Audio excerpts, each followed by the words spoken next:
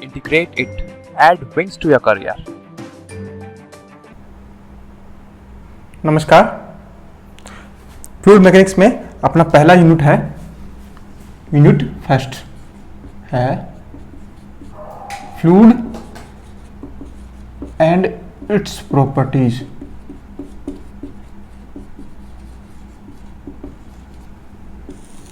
पहला unit start करते हैं। पहले फ्लूइड को डिफाइन करते हैं। फ्लूइड क्या है? देखिए, इन जनरल बोले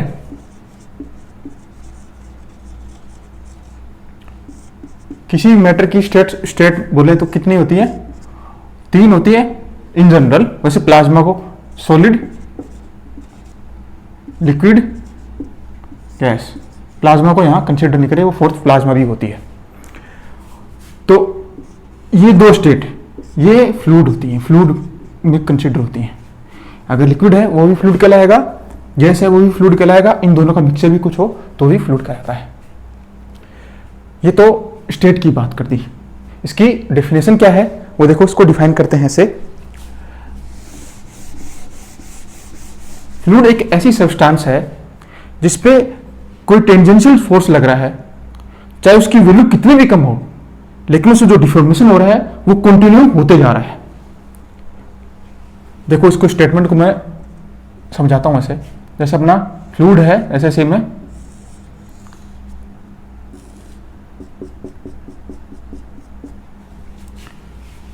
ना, ये है फ्लूइड।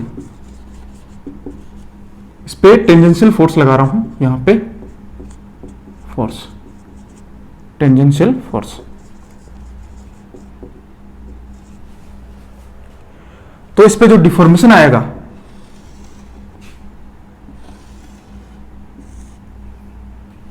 ये डिफॉर्मेशन हो गया, और ये डिफॉर्मेशन कंटिन्यू चलता जाएगा। ये डिफॉर्मेशन जो है कंटिन्यूअस डिफॉर्मेशन।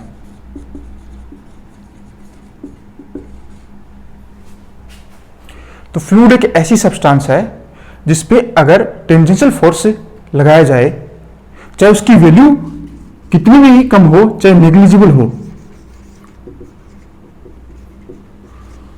तो जिससे जो डिफॉर्मेशन होता है कंटिन्यूअस डिफॉर्मेशन होता है। ये इसकी डेफिनेशन है। फ्लूइड कैसे डिफाइन करते हैं तो इसके फिर अपन इसकी कंपैरिजन करते हैं, फ्लूइड की सॉलिड से कंपेयर करते हैं। देखो, ये तो हो गया फ्लूइड में। अब सॉलिड में क्या होता है? सॉलिड जैसे सेम ही मैं ऐसे ब्लॉक ले लूं, उस पर फोर्स लगा दिया, टेंजेंशियल फोर्स, इसमें डिफॉर्मेशन आया, ये डिफॉर्मेशन है, ये सॉलिड है। सॉलिड अपन 100 में पढ़ते हैं। अपन फोर्स अगर फोर्स लगाएं तो जो डिफॉर्मेशन आएगा वो इलास्टिक लिमिट तक डिफॉर्मेशन जो आता है, वो फोर्स दोबारा रिमूव करते ही वो अपनी ओरिजिनल शेप में आ जाता है सॉलिड। तो इस केस में ऐसा नहीं है, इसमें डिफॉर्मेशन कंटिन्यू रहता है। उसमें अगर फोर्स हटा लें इलास्टिक लिमिट से पहले तो डिफॉर्मेशन जो है वो कंटिन्यूअस नहीं रहता, वो ओरिजिनल शेप में आ जाता है मैटर। तो जबकि इसमें कंटिन्यूअस डिफॉर्मेशन रहता है। ये इनमें डेफिनेशन, ये जो है बेसिक डिफरेंस ये है। प्लास्टिक के बाद जो होता है वो अलग चीज है, अलग मैटर है वो। तो ये इनमें बेसिक डिफरेंस हो गया। एक चीज और है, देखो इसमें क्या है, कंटिन्यूअस डिफॉर्मेशन है। तो इसमें अपन डिफॉर्मेशन को जो है इंपॉर्टेंस नहीं देंगे, इसमें जो है इंपॉर्टेंस जो देंगे वो देंगे रेट ऑफ डिफॉर्मेशन को, रेट ऑफ डिफॉर्मेशन।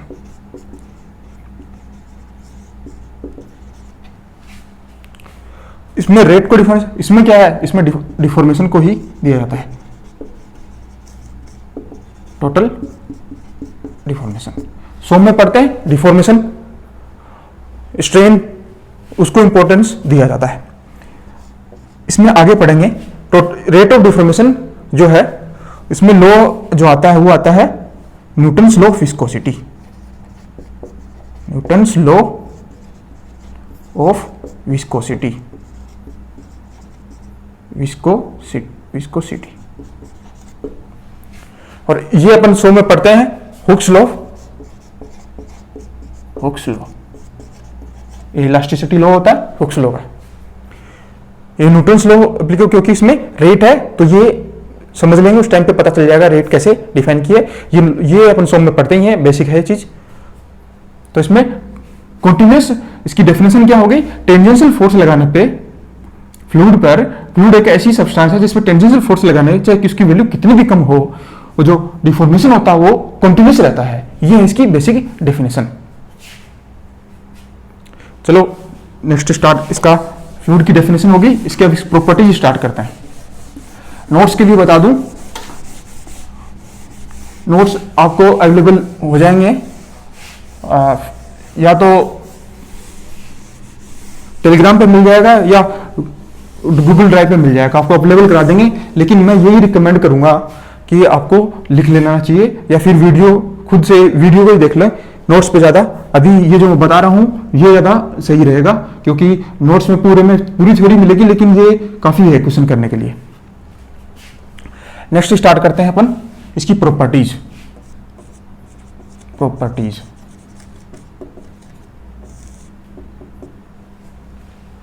पहली है डेंसिटी।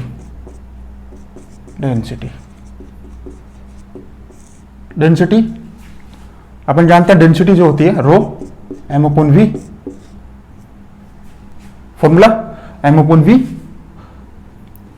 मास पर यूनिट वॉल्यूम। अगर इसको स्टेटमेंट में बोले तो मास पर यूनिट वॉल्यूम डेंसिटी होती है। इसकी यूनिट हो गई केजी पर मीटर क्यूब, ग्राम पर सीसी।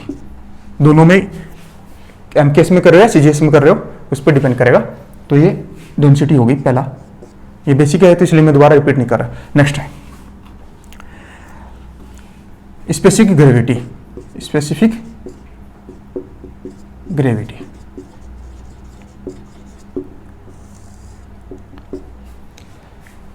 देखो इसको डिफाइन किया जाता है S इक्वल्स टू, फॉर्मूला बता दूं, डेंसिटी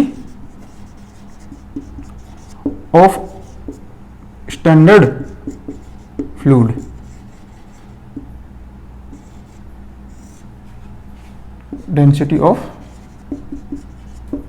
गिवन फ्लूइड। इससे ग्रेविटी को डिफाइन किया जाता है ratio of density of given fluid divide by ये जो है डेंसिटी ऑफ स्टैंडर्ड फ्लूइड।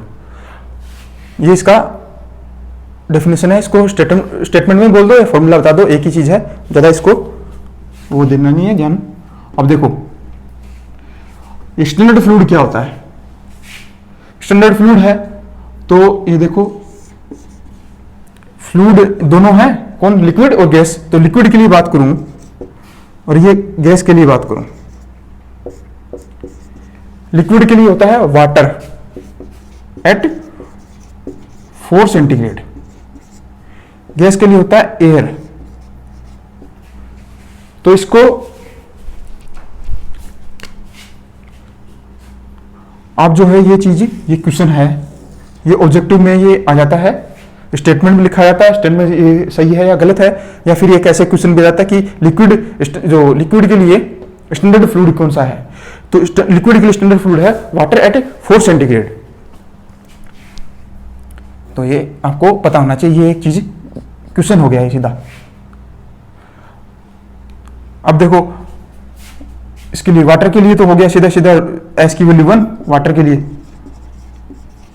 और जो मरकरी है Hg के लिए एस की वैल्यू जो है वो होती है 13.6। ये न्यूमेरिकल्स वगैरह में मिली होगी या फिर आपको थोड़ा ध्यान होना चाहिए, 13.6 होती है।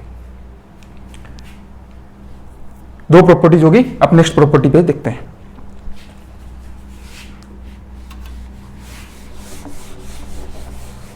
जिस चीज को मैं मार्क करूंगा कि ये क्वेश्चन है, रिपीट पूछ सकता है, ये रिपीट हो चुके हैं बहुत बार, तो आप इसको कम से कम इसको तो ध्यान में रखें एक्स्ट्रा से। तीसरी प्रॉपर्टी है स्पेसिफिक वेट। तीसरी property specific wait.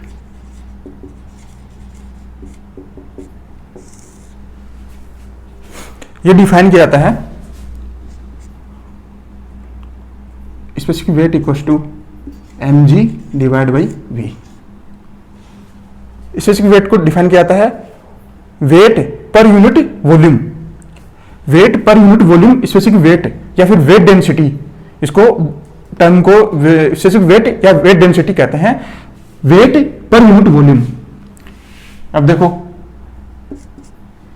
m by we जो है वो क्या होता है रो, तो ये रो इंटू जी हो गया। Specific weight equal to rho into g हो गया। अब फोर्थ, ये सबसे कम केस यहीं से स्टार्ट होता है अपने प्रॉपर्टीज में। Compressibility. Compressibility beta. Compressibility beta. अब इसको थोड़ा ध्यान से देखना, क्योंकि ये जो है इसके स्टेटमेंट में भी आएगा और ये जो आगे फ्लूइड काइनेमेटिक्स है वहां भी थोड़ा सा इसका काम आएगा। स्टेटमेंट में भी इसको बहुत बार पूछ लेते हैं, इसका इससे इंप्लीकेशन आएंगे, इसके एप्लीकेशन भी पूछेंगे। देखो स्टार्ट, देखो पहले इसका formula beta equals to 1/k। Means compressibility जो है वो के क्या है यहाँ पे, के है modulus of elasticity, modulus of bulk modulus of elasticity, bulk modulus of elasticity.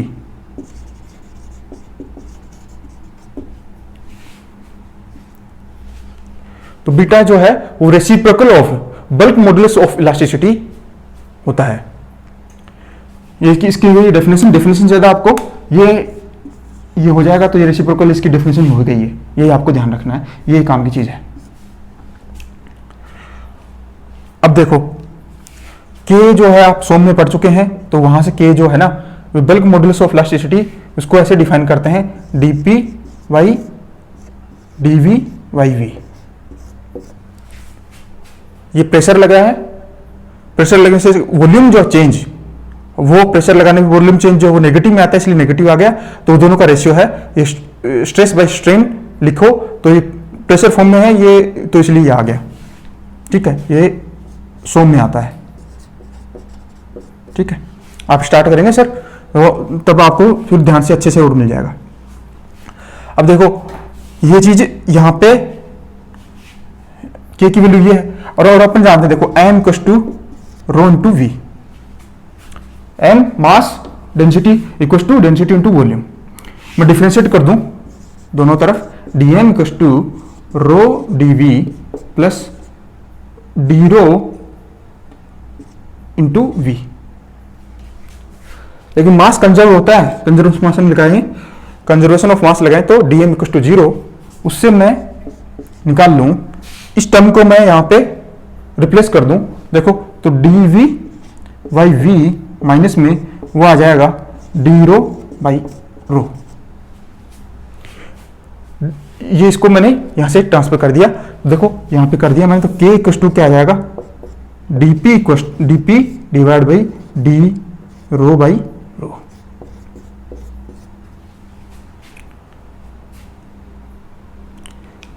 ठीक है, यहां तक ठीक है। बीटा इक्वल्स टू जो है बीटा इक्वल्स टू 1/k, और ये बीटा के की वैल्यू जो है वो सोम में आती है इसकी फॉर्मूला, और मैंने इसको यहां से माइनस dv बाई वी को रिप्लेस कर दिया, यहां से यहां पे रख दिया। ये देखो ये सारी चीजें काम की नहीं है, लेकिन अब उनको ऑब्जेक्टिव है तो शायद डायरेक्ट फॉर्मूला काम का होगा, लेकिन फिर भी ये पता चले कि कहां से आया है, ये आपको ध्यान होना चाहिए कहां से आ गया सही। अब देखो मैं ऊपर वाला मिटा दे रहा हूं,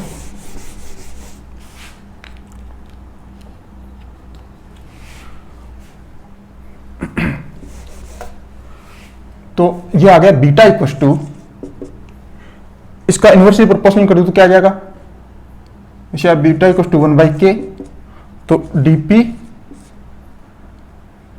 जो k की वैल्यू जो है वो है dp, ऊपर लिख दे रहा हूं तब बार बार ना देखना पड़े, डी रो बाई रो, तो ये लिख दूं rho dp by T rho, D rho, और इसका के का रेसिप्रोकल है तो क्या हो जाएगा 1 by rho D rho divide by dp, ये आ गया। अभी देखो ये आपको ये सारी चीजें काम की नहीं है, आपको सीधे सीधा यही चीज याद रखनी है, ये ध्यान रखनी थोड़ी, ये ज्यादा जरूरी है, इधर वाला ज्यादा जरूरी है, ये भी आपको थोड़ा ध्यान होना चाहिए। मेन चीज है आपको ये चीज है, ठीक है। ये सारा जो है डेरिवेशन आपको ध्यान नहीं रखना है, लेकिन पता होना चाहिए कहां से आया, ठीक है। अब ये देखो इसके, ये तो हुआ सारा फॉर्मूला हो गया। अब फॉर्मूले पे डायरेक्ट एक तो ये एक क्वेश्चन ये बन सकता है बीटा इक्वल्स टू 1 बाई के, मतलब इसका बीटा इसका दोनों रेसिप्रोकल स्टेटमेंट में लिखा सकता है कि ये इसका रेसिप्रोकल होता है, या फिर किसी एक की वैल्यू दे दे तो बीटा की वैल्यू निकाल दो, एक तो ये हो गया। अब ये देखो अब इसका जो इंप्लीकेशन क्या है, बीटा का मतलब क्या है, कंप्रेसिबिलिटी का मतलब क्या है, ये देखो ये इस फॉर्मूले से मैं बताऊं, अगर d rho by d p जो है उसकी वैल्यू 0 हो जाए तो क्या होगा, इससे होगा बीटा इक्वल टू 0, सही है, बीटा इक्वल टू 0। इसका मतलब हुआ जो फ्लूइड है वो इनकम्प्रेसिबल है,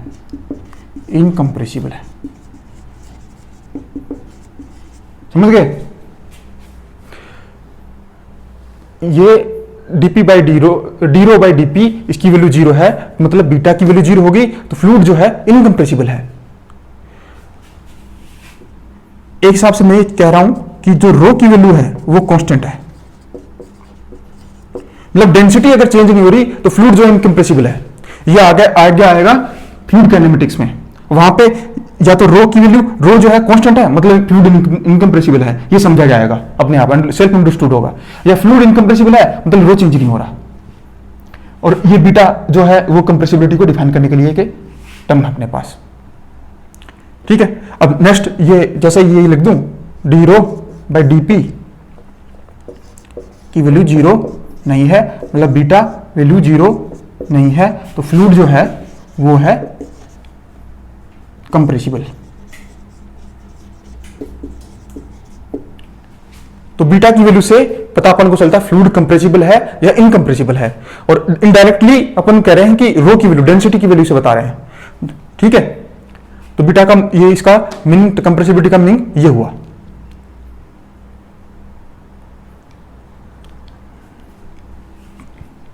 ठीक, अब देखो एक तो ये चीज काम की थी इसमें फ्लूइड की कंप्रेसिबिलिटी में, एक दूसरी जो है ये यहां पे देखो, एक दो चीजें हैं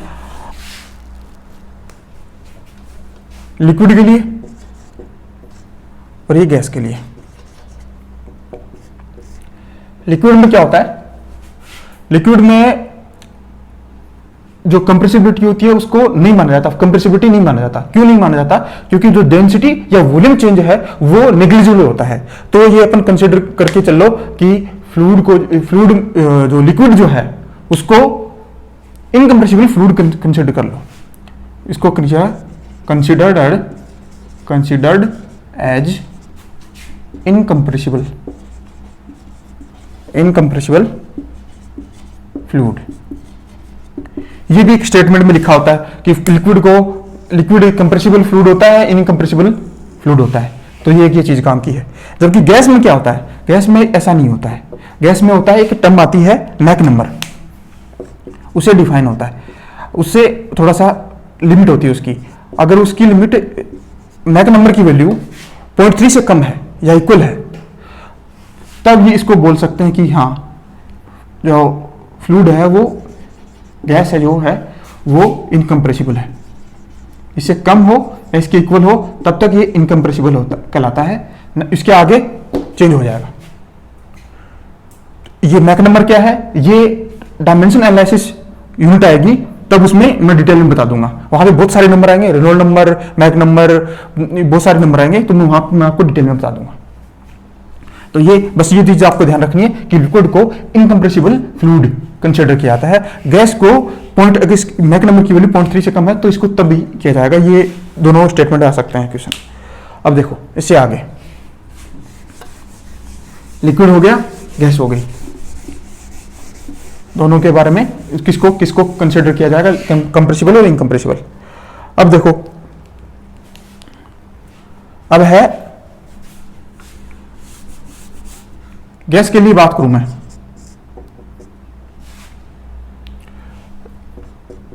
आइसोथर्मल कंडीशंस हैं, अगर आइसोथर्मल कंडीशन है, दूसरा है एडियाबैटिक। मैं दोनों लिख देता हूं फिर मैं बता दूंगा। Adiabatic,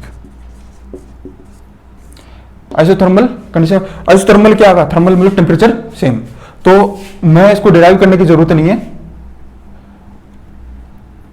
PV equal to NRT अपन को पता है, P equal to rho R T,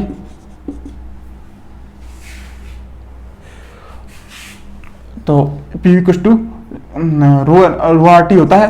तो उससे जो है अपन इसको डिराइव करके, और जो के की वैल्यू जो आती है, के आइसो में वैल्यू जो आती है वो आती है पी, पी बोले तो प्रेशर, के आइसो इक्वल टू पी, जबकि इसमें आती है पीवी की power gamma equal to constant. जो गामा जो होता है वो कांस्टेंट होता है सीपी बाई सीवी, और जो इसमें जो के की वैल्यू जो आती है एडियाबैटिक में, ये आती है पी इंटू गामा। ये ज्यादा इतना इंपॉर्टेंट नहीं है, लेकिन इसमें आपको अगर आइसोथर्मल है तो के आइसो इक्वल टू पी याद रखना है, कुछ और चीजें याद नहीं रखनी है। और एडियाबैटिक है तो इसमें पी के equal to P into gamma, gamma आ जाता है एडियाबैटिक में। ये आपने केमिस्ट्री में पढ़ा होगा, ठीक है, लेकिन ये ज्यादा इतना काम का नहीं है। आपको अगर है तो इसमें ये चीज ध्यान रखनी है, दोनों में ये मीडियम होते हैं दोनों, इसके हो गए। अब ये देखो, नेक्स्ट है अपने स्टार्ट करेंगे इसका नेक्स्ट प्रॉपर्टी। तो ये एक तो ये चीज काम की थी, बीटा में बीटा इक्वल टू 1/k और 1 rho equal to D rho by DP. इसमें इससे पता चल रहा था कि कंप्रेसिबल इनकंप्रेसिबल को डिफाइन कैसे करते हैं, और ये इसका रेसिप्रोकल एक स्टेटमेंट आ जाता है। अब देखो नेक्स्ट स्टार्ट करते हैं। देखो नेक्स्ट है viscosity, viscosity fifth, viscosity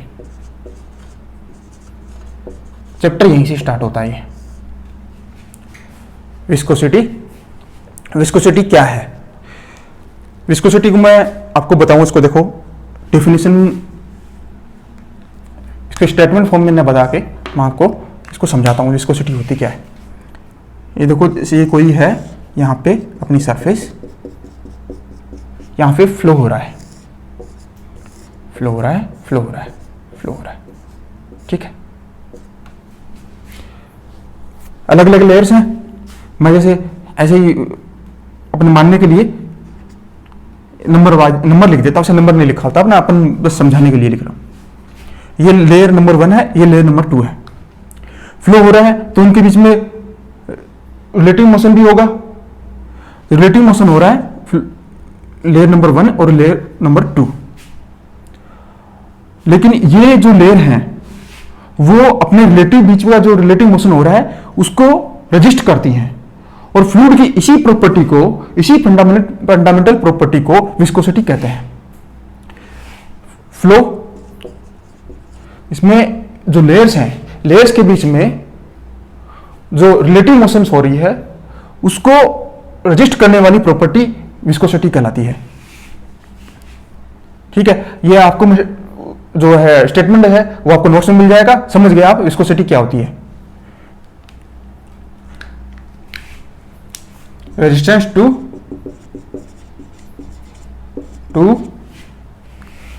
relative motion, relative motion between layers, ये होती है विस्कोसिटी। शॉर्ट में मैंने इसको ऐसे लिख दिया, ठीक है। इसको समझाने के लिए मैंने ये लेयर्स मानी थी। अब ये देखो, वही फिर से gas, cause of viscosity, viscosity इसका रीजन क्या है। विस्कोसिटी डिफाइन कर दिया आपने कि resistance to relative motion between layers, ये जो है फंडामेंटल प्रॉपर्टी ऑफ फ्लूइड, ये कहलाती है विस्कोसिटी। जो कोज ऑफ विस्कोसिटी, मैं लिक्विड में बात करूं, दोनों में बात करूंगा, पहले लिक्विड में, उसके बाद करूंगा मैं गैस में। लिक्विड में क्या होता है, लिक्विड में होता है, जैसे मैं समझाने के लिए बता रहा हूं, जैसे यहाँ पे पार्टिकल्स बिल्कुल पास पास होते हैं, फ्लूइड पार्टिकल जो है लिक्विड में पास पास होते हैं। पास पास होंगे तो क्या होता है, इन दोनों के इनके बीच में ऐसे इंटरमोलिकुलर फोर्स होता है। अगर ये जैसे यहाँ पे भी पार्टिकल होंगे, यहाँ भी पार्टिकल होंगे, तो इनके बीच में इंटरमोलिकुलर फोर्स होता है।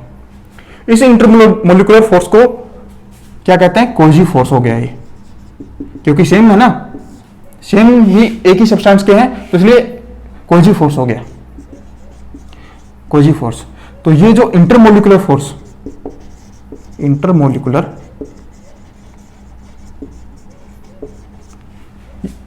ये रजिस्ट करते हैं फ्लो को, ये जो रिलेटिव मोशन है इसको रजिस्ट करते हैं। तो लिक्विड में ये रीजन होता है इंटरमोलिकुलर फोर्स या फिर कोहेसिव फोर्स।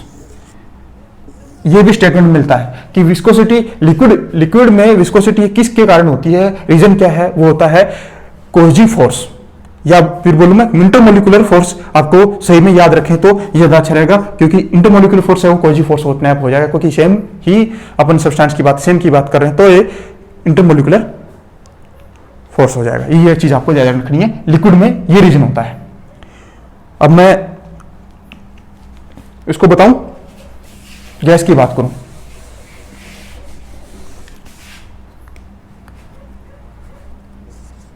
दूसरा नंबर है गैस।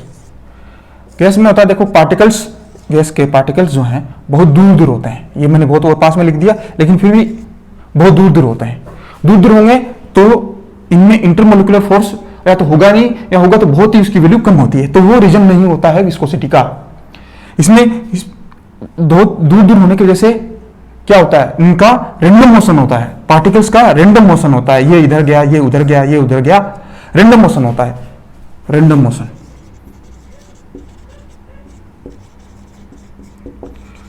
रैंडम मोशन की वजह से ये एक दूसरे से टकराते रहते हैं, तो वो ही जो रीजन है, collision due to random motion, collision due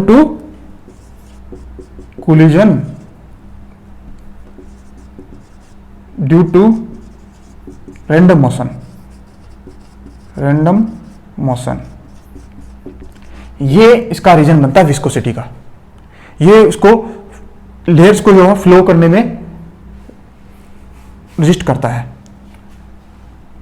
relative motion करने में ये इसको रजिस्ट करता है, ये रीजन है इसका रैंडम मोशन का। ठीक है, तो ये आपको ध्यान रखना है कि लिक्विड में क्या है, इंटरमोलिकुलर फोर्स, और ये इसी से आगे भी ये चीज काम में आएगी। ये आपको ध्यान रखना है, ये डायरेक्ट क्वेश्चन बनता है, इसका आगे यूज होगा, उस पर भी क्वेश्चन बनता है। तो आपको ये चीज ध्यान में रखनी है। मैं जहां जहां ट्रेंड मार्कर यूज कर रहा हूं, तो वो चीज आपको ध्यान रखनी है, वो अपने आप में एक क्वेश्चन है ऑलरेडी। चलिए नेक्स्ट, विस्कोसिटी हो गया अपना। अब एक चीज समझते हैं आगे,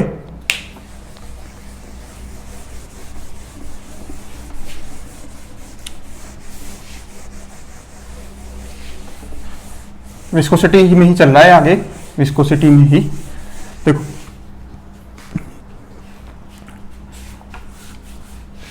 जैसे ये अपना कोई सरफेस है,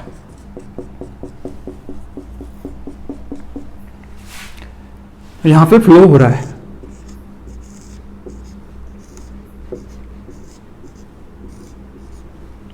ठीक है, ये फ्लो है, ये अपनी सरफेस है, ये है सरफेस। फ्लूइड है, अपन उसको रियल मान के चल रहे हैं। ये अभी आएगा क्लासिफिकेशन, रियल फ्लूइड क्या होता है, आइडियल फ्लूइड है, उसकी क्या है प्रॉपर्टीज, फीचर्स क्या है, इसके क्या है, वो अपन बाद में देखेंगे।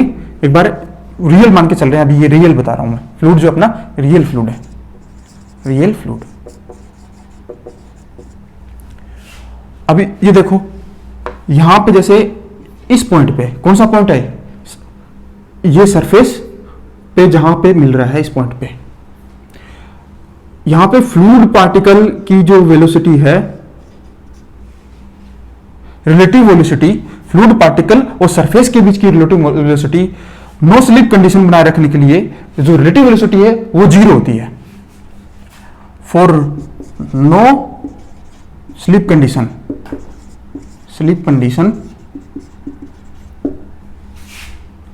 रिलेटिव वेलोसिटी, ये फ्लूइड पार्टिकल है,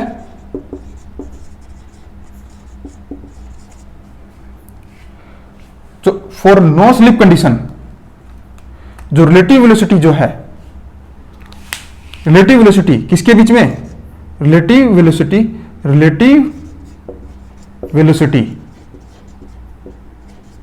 between surface and fluid particle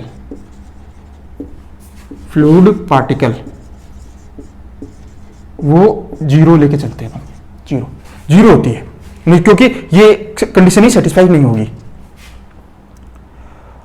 तो ये ऐसा होने पे क्या, इसका मतलब क्या है, देखो ये मैंने लिखा है यहां पे रिलेटिव वेलोसिटी मतलब अगर ये सरफेस है वो रुकी हुई है, स्टैटिक कंडीशन में है, तो यहां पे फ्लूइड की वेलोसिटी जो है वो फ्लूइड पार्टिकल की वेलोसिटी जीरो है, तभी रिलेटिव वेलोसिटी जीरो हो गई।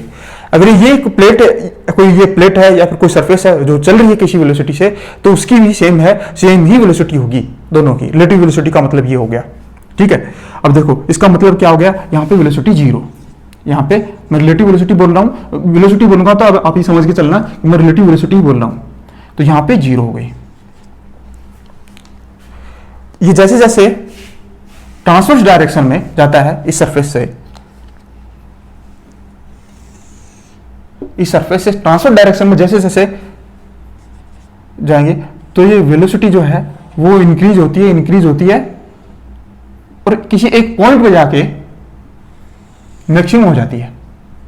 और मैक्सिमम कितनी होती है, वो मैक्सिमम हो जाती है सरफेस वेलोसिटी या फ्री स्ट्रीम वेलोसिटी उसको बोले। यहां पे ये ऐसे ऐसे गई है,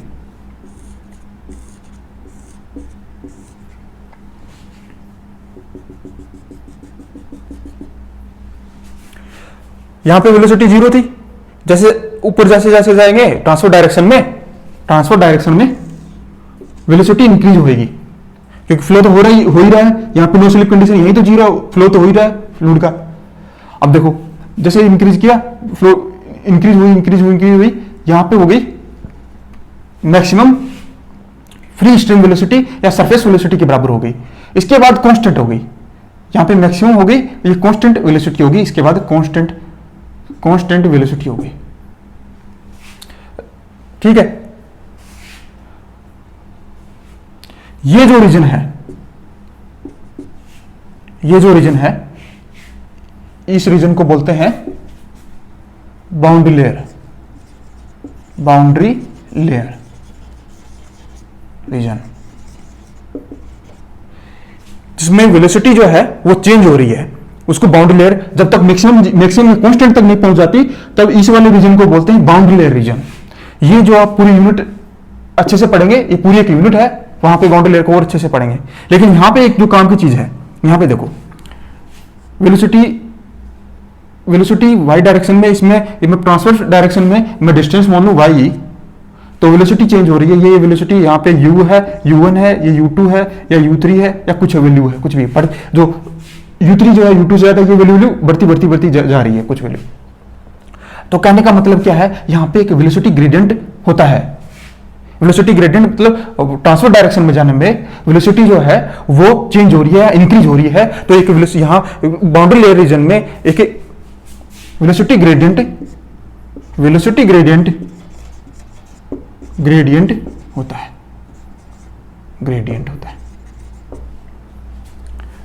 वेलोसिटी ग्रेडियंट का मतलब du/dy।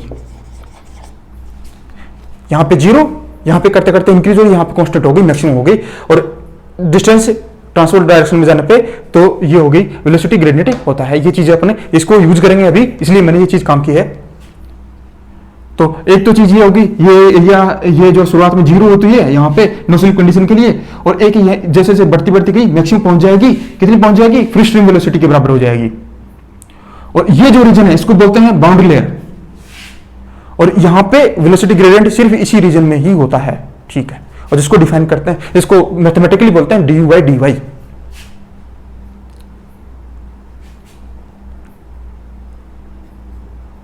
ये हो गया वेलोसिटी ग्रेडियंट।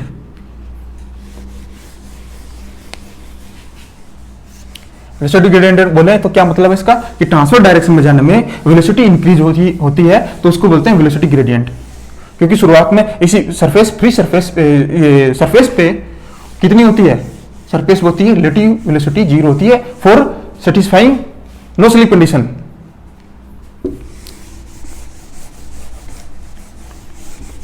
अब ये देखो इसे नेक्स्ट एक टर्म और आती है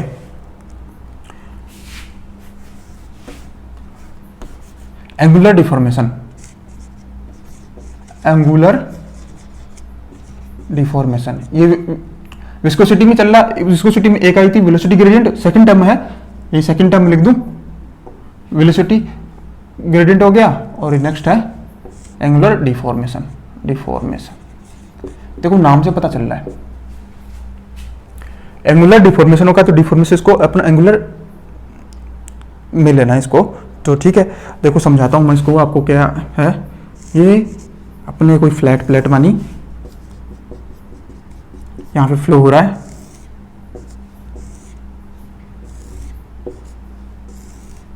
ठीक है। ये सरफेस अपनी फ्लैट प्लेट है, यहां फ्लो हो रहा है। मैंने वाई डिस्टेंस पे यहां से एक ए पॉइंट है ये अपना मेरा, यहां से ट्रांसफर डायरेक्शन जो है, ट्रांसफर डायरेक्शन में डिस्टेंस कितनी है, ये वाई है, उसकी वेलोसिटी कितनी है, वेलोसिटी है यू। और अभी अपन ने देखा कि ट्रांसफर डायरेक्शन में जैसे ऊपर जाते हैं, ट्रांसफर डायरेक्शन में जा रहे हैं, डिस्टेंस और ज्यादा दूर तय करेंगे तो क्या होता है, वेलोसिटी इंक्रीज होती है। तो यहां पे जैसे ये दूसरा मैंने पॉइंट लिया बी, यहां पे डिस्टेंस कितनी ले ली मैंने y प्लस डी वाई, तो वेलोसिटी कितनी हो जाएगी u प्लस डी यू, इससे ज्यादा होगी, कितनी ज्यादा, डी यू ज्यादा है। यहां पे u तो यहां है u प्लस डी यू, ये डिस्टेंस कितनी ट्रांसफर डायरेक्शन y, ये कितनी है y प्लस डी वाई। अभी देखो फ्लो हो रहा है, तो ये तो एक फ्लूइड पार्टिकल मैंने माना था। अब कुछ समय बाद ये कुछ डिस्टेंस करेंगे, तय करेंगे, तो डिस्टेंस कितनी है वो देखेंगे। देखो हम इसी को जूम करके बना रहा हूं, after dt time, after dt time, after dt time का ही बना रहा हूं। ये देखो ये ऐसे है, ये इनिशियली t इक्वल टू 0 पे, t इक्वल टू 0 या फिर शुरू इनिशियली ये ऐसा है इनिशियल, ठीक है। ये ए पॉइंट, ये ए फ्लूइड पार्टिकल, ये बी, ठीक है। ये डिस्टेंस इसकी ये कितनी है, ये इसकी है y, इन दोनों के बीच की कितनी हो जाएगी, ये है dy, ये लिखने की जरूरत नहीं है, ये है इसके बीच के दोनों के बीच डिस्टेंस कितनी होगी dy। देखो इसकी वेलोसिटी कितनी थी, ए की वेलोसिटी थी u, ये कितने पे चल रहा था u plus D you. dt time में कितना चल जाएगा ये u इंटू डी टी, इसकी डिस्टेंस हो गई u इंटू डी टी।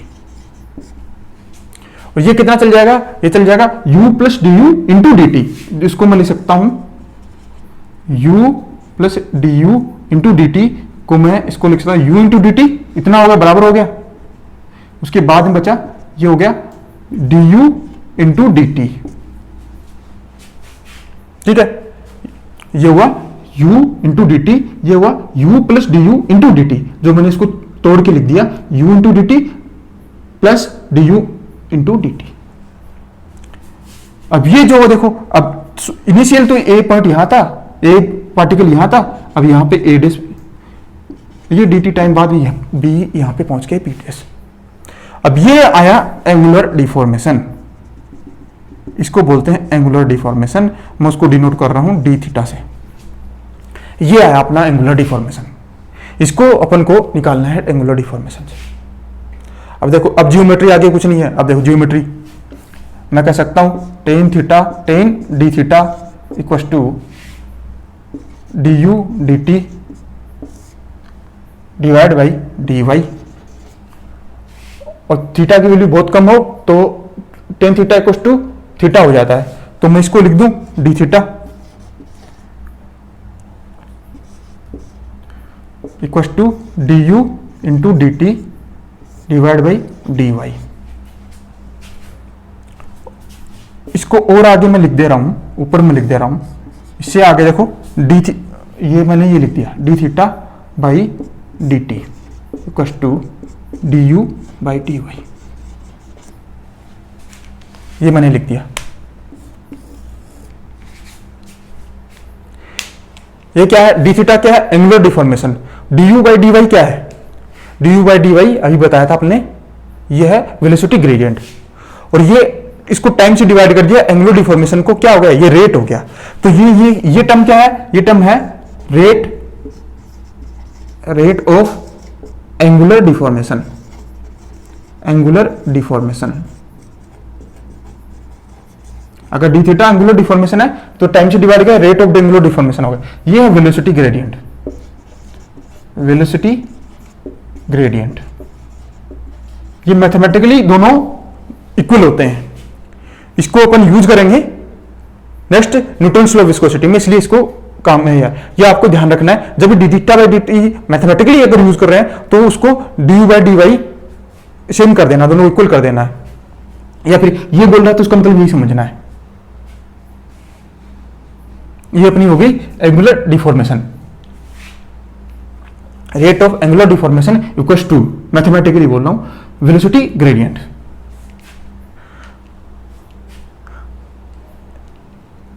अब ये चीज इससे ज्यादा आगे जो है न्यूटन्स लॉ ऑफ विस्कोसिटी काम का है, उस चीज को दोनों समझाने के लिए एंगुलर डिफॉर्मेशन बताया आपको और वेलोसिटी ग्रेडियंट बताया। अब देखिए न्यूटन्स लॉ ऑफ विस्कोसिटी, देखिए वो है काम का इसमें, लेकिन उससे समझाने के लिए पहले जरूरी था दोनों चीज बतानी।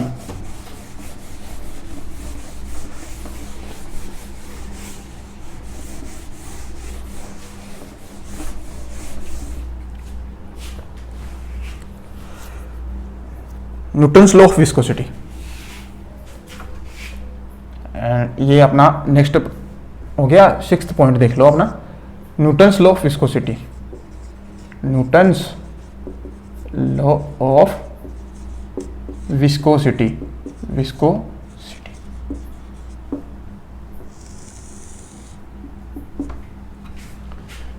पहले मैं इसको मैथमेटिकली लिख देता हूं,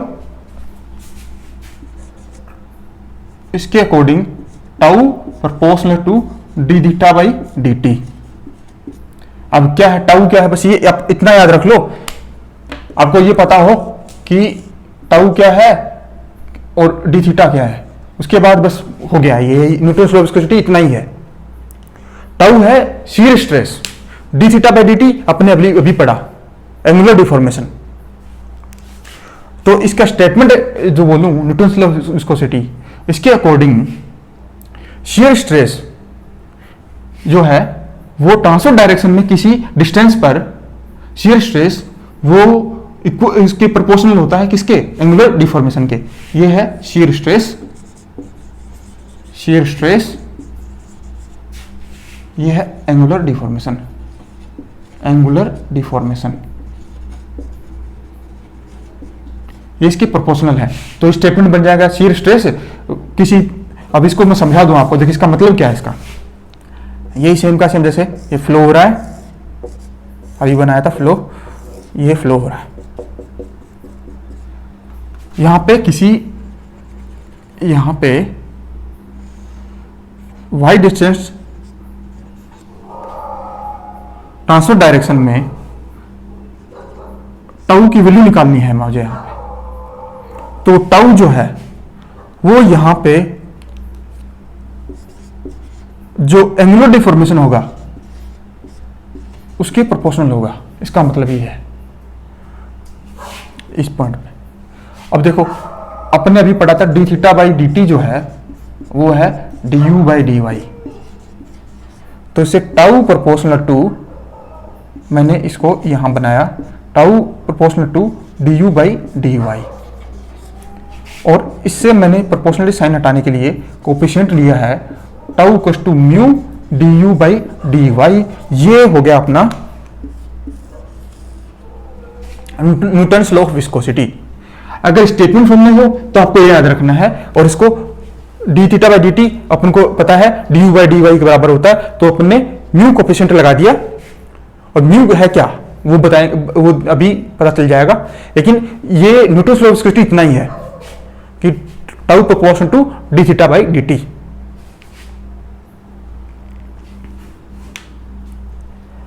अब देखो इसका टाउ आपको पता चलेगा, शियर स्ट्रेस किसी पॉइंट पे जहां पे निकालना है, D you by D y पता है, d theta by D t पता है आपको, म्यू पता करना है अभी आपको। देखो म्यू है कोफिशिएंट ऑफ विस्कोसिटी। म्यू है कोफिशिएंट ऑफ विस्कोसिटी और dynamic viscosity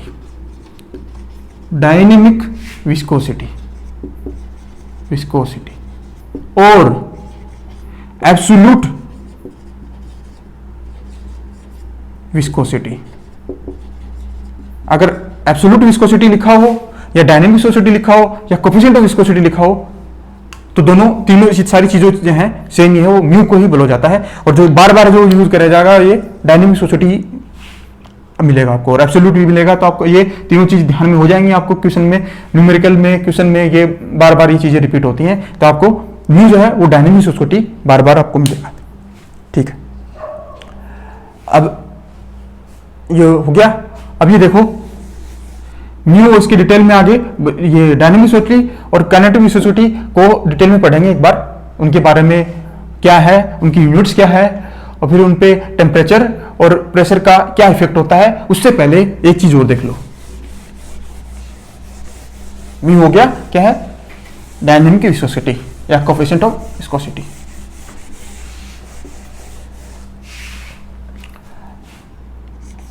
tau equals to mu d you by D y according to Newton's law of viscosity, ये अपन को पता है। ठीक है, अब अपन को इसी को यूज करके शियर डिस्ट्रीब्यूशन बताना है। डिस्ट्रीब्यूशन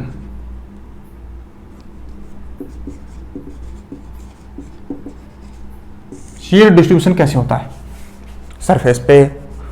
सरफेस से पास में और सरफेस से जैसे ट्रांसफर डायरेक्शन में जाने पे कितना, जैसे ये देखो इसका मतलब क्या है, पूछ क्या रहा है, ये है, ये अपनी सरफेस फ्लो हो रहा है ऐसे,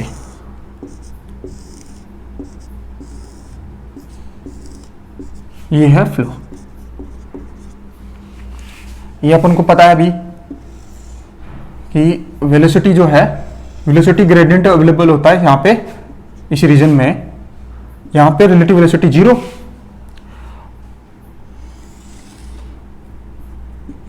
और इस पॉइंट पे जाके वेलोसिटी जो है वो हो गई कांस्टेंट, ये बढ़ रही है ट्रांसफर डायरेक्शन में जाने में, यहां कांस्टेंट हो गई। और ये रीजन है बाउंड्री लेयर, अभी जो बताया आपने, जब अभी जो हो गया। अभी देखो ये वेलोसिटी है, ये कांस्टेंट हो गई और ये अपना बाउंड्री लेयर है। ठीक है, अब यहां पे बताओ, देखो ये अपना tau equals to mu into d you by D y, यहां पे वेलोसिटी होगी कांस्टेंट, तो वेलोसिटी कांस्टेंट हो गई तो डी यू, आगे डी यू की वैल्यू क्या होगी, इससे आगे डी यू क्या है, चेंज इन वेलोसिटी, वेलोसिटी में चेंज नहीं हो रहा है, यहां पे डी यू की वैल्यू क्या आ जाएगी, यहां पे आ जाएगी डी यू इक्वल टू 0। अगर d you by D y equal to 0, transfer direction में जाने पे d you by D y equal to 0, transfer direction में जाने पे वेलोसिटी चेंज नहीं हो रही है यहाँ पे, क्योंकि यहाँ कांस्टेंट हो गई अब। तो इससे इस पॉइंट से जाते ही आगे d you by D y की वैल्यू 0, तो टाउ की वैल्यू क्या आ जाएगी, टाउ की वैल्यू हो जाएगी 0। इस पॉइंट पे u जो है वो कांस्टेंट है, यहाँ पे d you by D y 0 आया, इससे क्या है, टाउ जो है वो 0 आ गया। टाउ मिनिमम की वैल्यू 0 किस पॉइंट पे होती है, ये इस पॉइंट पे, तो बाउंड्री लेयर वाला जो एज वाला रीजन है इस पे होती है। क्योंकि यहाँ पे जो वेलोसिटी है कांस्टेंट हो गई, जिससे डी बाई डी वाई जो वैल्यू 0 हो गई और टाउ की वैल्यू 0 आ गई। जबकि इस पॉइंट पे बताओ, इस पॉइंट पे रिलेटिव वेलोसिटी तो 0 है सरफेस और फ्लूइड पार्टिकल के बीच पे, लेकिन ट्रांसफर डायरेक्शन में जाने में, इस डायरेक्शन में जाने पे वेलोसिटी चेंज हो रही है। ये देखो यहां स्लोप देखो, स्लोप आ रही है ना, ये देखो स्लोप स्लोप स्लोप, ये स्लोप। तो यहां पे जो है टाउ की वैल्यू, यहां पे d you by D y की वैल्यू मैक्सिमम होती है, इस वजह से यहां जो है टाउ की वैल्यू मैक्स हो गई। Thank you for watching the video. Please like, share and subscribe the channel Integrated.